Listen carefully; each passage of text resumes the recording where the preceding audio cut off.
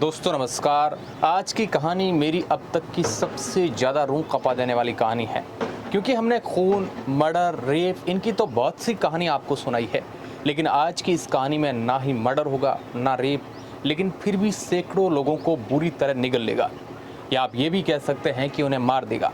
एक ऐसा प्लेन जो उड़ान भरता है, लेकिन ये नहीं पता चलता है कि उड़ान भरने के बाद वो कहाँ गया। हालांकि जिस जगह पर वो प्लेन उड़ान भर रहा था उधर रेस्क्यू की टीम भी पहुंच जाती है, लेकिन पूरी टीम में से एक को भी हिम्मत नहीं होती, एक की भी, कि कोई उन्हें बचा सके, जिन लोगों को जो प्लेन के अंदर थे। ये दुनिया का पहला ऐसा केस था जहां एक भी लाश उन्हें वापस नहीं मिल सकी, और अगर मान भी लिया जाए कि कोई आदमी जिंदा उन्हें मिल भी जाता तो भी उन्हें नहीं बचा सकते। आंखों के सामने सब कुछ होते हुए भी वो नहीं बचा सकते थे। अगर ज़बरदस्ती बचाने की कोशिश भी करते तो क्या पता वो खुद मारे जाते। उस दौरान एक भी परिवार वाले को अपने परिजनों का शव तक नहीं मिल पाया था। आखिर वो प्लेन कहाँ गिरा था, क्या है इसके पीछे की कहानी? चलिए आपको उस रहस्यमयी प्लेन हादसे के बारे में बताते हैं। ये कहानी है साल 1996 की। अमेरिका के फ्लोरिडा से एक प्लेन उड़ान भरता है जिसका नंबर 592 था। दोपहर के करीब 2 बजे थे। जिस कंपनी के द्वारा इसे उड़ाया जा रहा था उसका नाम वेलुजेट था। इस कंपनी का अमेरिका में काफ़ी अच्छा नाम था, लोग भी इसे काफ़ी ज़्यादा पसंद करते थे, क्योंकि मार्केट में कई अधिक कंपनियों के विमान उड़ते थे, लेकिन उन सब की तुलना में वेलुजेट कंपनी के विमान काफ़ी सस्ते थे। अब जाहिर सी बात है, जो चीज़ सस्ती होगी लोग उन्हें पसंद करेंगे ही। यही कारण था कि उस कंपनी के विमान सस्ते होने के कारण क्वालिटी में कुछ कमी नज़र आती थी। कभी कभी चलते चलते विमान को नीचे उतारना पड़ जाता था, लेकिन रुपए कमाने में वह कंपनी सबसे आगे थी। अब इस कंपनी की क्वालिटी ख़राब क्यों थी, पहले तो उस पर आपको थोड़ा बताते हैं। कहते हैं कि जिस दिन इस विमान का क्रैश हुआ था उस दिन इसका जो सर्विस का सिस्टम है, पब्लिक एड्रेस सिस्टम, जिससे पायलट जो है कुछ भी घोषणा करता है, कुछ भी बोलता है, वो ख़राब हो गया था। उसकी जगह पर मेगाफोन का इस्तेमाल किया जा रहा था। अगर साधारण भाषा में मैं आपको कहूँ तो एक स्पीकर का इस्तेमाल किया जा रहा था, पायलट कुछ भी बोल रहा था तब। और जिस समय इसने उड़ान भरी उस समय भी कुछ तकनीकी प्रॉब्लम की वजह से प्लेन को टेक ऑफ करने में भी समय लगा था। इससे 1 साल पहले भी एक विमान में आग लग गई थी, लेकिन कंपनी को मुनाफा हो रहा था, इस वजह से इनकी सर्विस की लापरवाही बढ़ती जा रही थी। अब इनकी यह लापरवाही 110 लोगों की जान लेने वाली थी। अमेरिका से कैंडी क्यूबे और रिचर्ड विंसन 2 पायलट काफ़ी अनुभवी थे। शायद यही वजह थी होगी कि ये इस विमान को जो है उड़ा लेते थे। करीब 2:10 पर यह प्लेन जो है उड़ान भरता है। तभी एक प्लेन के अंदर से आवाज़ आती है। दोनों पायलट डर जाते हैं, लेकिन ये पता नहीं चलता है कि आवाज़ आखिर कहाँ से आई। कुछ ही देर बाद पता चलता है कि प्लेन में किसी एक हिस्से में जो है आग लग गई है। जब धुआं प्लेन के अंदर आना शुरू हो जाता है तो प्लेन में लोग भी काफ़ी डर जाते हैं, कांपने लग जाते हैं। उस समय पूरा प्लेन पैसेंजर से भरा हुआ था। प्लेन की स्थिति बिगड़ने लग जाती है, पायलट भी अपना कंट्रोल खोने लगते हैं। प्लेन में ऑक्सीजन भी ख़त्म हो जाती है, जिस कारण से लोगों को सांस लेने में बहुत दिक्कत होने लगती है। लोग ऑक्सीजन के लिए चिल्लाने लगते हैं। प्लेन अभी तक ज़्यादा आगे नहीं गया होता है, इसलिए पायलट जो है फ़ोन पर एयर ट्रैफिक कंट्रोल से संपर्क करता है और कहता है कि हम वापस उसी रनवे पर उतरना चाहते हैं। प्लेन में गड़बड़ हो गई है, प्लेन के अंदर आग लग गई है। कंट्रोल रूम द्वारा भी कह दिया जाता है कि आप लैंडिंग करवा दो, हम जगह खाली करवा देंगे, और साथ ही एम्बुलेंस सेवा से लेकर फायर ब्रिगेड सभी सेवाएँ जो है तैयार कर दी जाती है।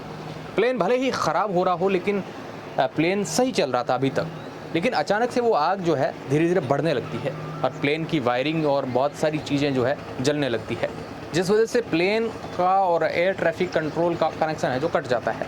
दरअसल प्लेन भले ही हवा में उड़ता हो या उससे पायलट चलाता हो, लेकिन उससे कंट्रोल जो है ATC करता है। ATC के द्वारा ही उससे कमांड दी जाती है कि उसे कब लैंड करना है, कहाँ लैंड करना है, क्योंकि जिस जगह उसे लैंड करना होता है उस जगह पर कोई पहले विमान है या नहीं, ये सभी जो जानकारी है ATC देता है। और जब पूरा रनवे खाली हो जाता है तो उस प्लेन को रनवे पर जो है उतार दिया जाता है। लेकिन अब इस पूरे प्लेन का ATC से कॉन्ट्रैक्ट पूर्ण रूप से टूट चुका था, मतलब कि इस प्लेन के साथ अब कुछ भी हो सकता था। इस कनेक्शन के कटने के 1 मिनट तक प्लेन जो है उड़ान भरता रहा। एक बार तो ऐसा लगा कि सफलतापूर्वक ये लैंड कर जाएगा, लेकिन 1 मिनट बाद प्लेन गायब हो जाता है। किसी को भी पता नहीं चला कि आखिर वो प्लेन गया कहाँ। अब जिस जगह पर वो उड़ रहा था उस जगह पर खोजबीन जो है शुरू कर दी जाती है, लेकिन वो कहीं पर भी नहीं मिलता है। लेकिन तभी उनके हाथ एक जानकारी लगती है। दरअसल जब वो हवा में उड़ रहा था तब उस ऊंचाई से एक एरोप्लेन जो है निकला जा रहा था। उस प्लेन के पायलट ने देखा कि उस जो दूसरा प्लेन है उसके अंदर आग लगी हुई है और वो प्लेन नाक के बल यानी वो सीधे ही नीचे गिरता जा रहा है। और जिस जगह पर वो गिर रहा था उसके नीचे एक विशाल दलदल था। अब बात ये नहीं थी कि वो दलदल था, डर तो इस बात का था कि उसकी दलदल में बहुत सारे घड़ियाल और मगरमच्छ थे और पानी वाले जहरीले सांप भी थे। जिस दलदल की हम बात कर रहे हैं वो बरसात में एक विशाल नदी बन जाती है और गर्मियों में पानी की कमी के कारण वहाँ सूखा पड़ जाता है और वो सूखा दलदल में बन जाता है। जब प्लेन नहीं मिलता है तो उस दलदल के पास खोजबीन शुरू हो जाती है। हेलीकॉप्टर से लेकर तमाम सुरक्षा व्यवस्था के साथ खोजबीन जो है स्टार्ट कर दी जाती है। लेकिन लोग इस जगह के अंदर जाने से डर रहे थे, वे सभी वहाँ से दूर हट रहे थे। जाहिर सी बात है, जहाँ पर इतने सारे खूंखार मगरमच्छ हो वहाँ कोई कैसे जा सकता है। लेकिन उन लोगों को ढूंढना भी ज़रूरी था क्योंकि उनके परिवार वालों को भी जवाब देना था। लेकिन वहाँ पर ना तो प्लेन मिला और ना ही कोई भी व्यक्ति की वहाँ पर बॉडी, यहाँ तक कि प्लेन का कोई भी परखचा भी नहीं मिला। लेकिन उस दलदल के आसपास देखा जाता है तब उन्हें कुछ चीज़ें मिलती है, जैसे कुछ थैले, सामान, इंसानी जबड़े। इनसे पता चलता है कि प्लेन इसी दलदल में था। खोजबीन और भी ज़्यादा बड़ी कर दी जाती है। बड़ी मशक्क़त के बाद उसका फ्लाइंग डेटा रिकॉर्डर खोजा गया। खोजी दल को कुछ इंसानी मांस मिला और बच्चे के खिलौने मिले तो उन्होंने उस काम पर जाने से ही मना कर दिया क्योंकि उस घटना से सबको परहेज कर दिया था। लेकिन अब सबसे बड़ी बात यह थी कि प्लेन में आग कैसे लगी। जब पता लगाया तो ये बात सामने आई कि उस प्लेन में एक ऑक्सीजन जनरेटर लगा रखा गया था जिसमें ऑक्सीजन पैदा की जाती थी, लेकिन नियमों के मुताबिक उसे वहाँ पर नहीं रखना चाहिए था। जनरेटर सोडियम कार्बोनेट में एक केमिकल भरा होता है, जैसा कि आपने बचपन में भी पढ़ा होगा कि सोडियम हवा के संपर्क में आने से आग लग जाती है उसके अंदर। यही कारण था कि उस प्लेन में इस केमिकल का रिएक्शन हो गया और सिलेंडर आग से जल पड़ा और उसी के आसपास कुछ पेपर्स और टायर्स पड़े थे, वो आग के संपर्क में आ गए और आग 4 गुना ज़्यादा बढ़ गई। प्लेन के नियमों के अनुसार वहाँ पर एक लाइटर भी रखने की अनुमति नहीं होती है, लेकिन सस्ती सर्विसिंग और पैसा कमाने के लालच के पीछे इन्होंने लोगों को ज़िंदगी को ज़्यादा जो है इम्पोर्टेंट नहीं लगी इनको और 110 लोगों को मौत की मुंह में झोंक दिया। फिर सरकार की इंक्वायरी शुरू होती है जिसमें 3 ऑर्गेनाइजेशन को इसका जिम्मेदार ठहराया गया। पहला तो वो खुद वैल्यूजेट कंपनी, क्योंकि कंपनी ने केवल पैसा कमाने का सोचा, प्लेन की जो सर्विसिंग है उस पर ध्यान नहीं दिया। दूसरा एक सेप्ट्रेक कंपनी जो कि एक मेंटेनेंस कंपनी थी, क्योंकि कई बार ऐसा होता है कि प्लेन के सिस्टम ख़राब हो जाते थे और इंजन टाइम पर शुरू तक नहीं हो पाते थे। और तीसरा फेडरल एविएशन कंपनी, ये कोई प्राइवेट कंपनी नहीं थी बल्कि सरकार द्वारा चलाई जाने वाली कंपनी थी, क्योंकि इनका मानना था कि जो कंपनी अपनी सर्विसिंग का ध्यान नहीं रखती है तो उसे उड़ने की मंजूरी कैसे दे देगी। कहीं ना कहीं इसमें इनकी खुद ने भी लापरवाही की, वरना ऐसे ही किसी को परमिशन कैसे दी जाती है। क्योंकि प्लेन को उड़ाने से पहले उसकी मरम्मत कैसे हुई, वह उड़ने के लिए फ़िट है या नहीं, ये सब जांच करना किसी भी कंपनी की जिम्मेदारी होती है। लेकिन उन्होंने वहाँ पर कोई भी जांच नहीं की, उसका ये परिणाम मिला।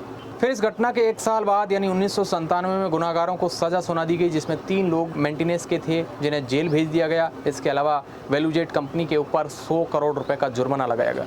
ये पैसा मारे हुए लोगों के परिवार को देने को कहा गया और वैल्यूजेट कंपनी के उड़ान पर जो है रोक लगा दिया गया। हालांकि बाद में इसको उड़ाने की तो इजाज़त दे दी गई, लेकिन बाद में लोगों ने खुद ही इस पर विश्वास जो है करना छोड़ दिया। धीरे धीरे कंपनी खुद तबाह हो गई। इस पूरे मामले में एक आदमी को सबसे बड़ा गुनाहगार माना गया, लेकिन वो अमेरिका छोड़कर भाग गया और आज तक नहीं आया है। वैसे देखें तो दुनिया में ऐसी घटना कई जगह पर होती है, अभी नेपाल में भी हुई कुछ टाइम पहले, लेकिन इस घटना को ज़्यादा भयानक इसलिए बना देती है क्योंकि इसमें लोगों को अपने घर के सदस्यों का अंतिम चेहरा तक देखने को नहीं मिला, उनका अंतिम संस्कार करने तक का मौका नहीं मिला। सोचो उस समय लोगों के साथ कैसी बीती होगी। वाकई में ये घटना उस समय की सबसे दर्दनाक घटनाओं में से एक थी। ऐसी घटना के बारे में आप लोगों की क्या राय है और कंपनी के साथ जो किया क्या वह सही था या नहीं, कमेंट बॉक्स में हमें ज़रूर बताएं। और ऐसी ही प्रकार की घटनाओं की जानकारी आप तक हम स्टोरी पहुंचाते रहेंगे। उसके लिए आप चैनल और हमारे फेसबुक पेज को फॉलो करें। धन्यवाद।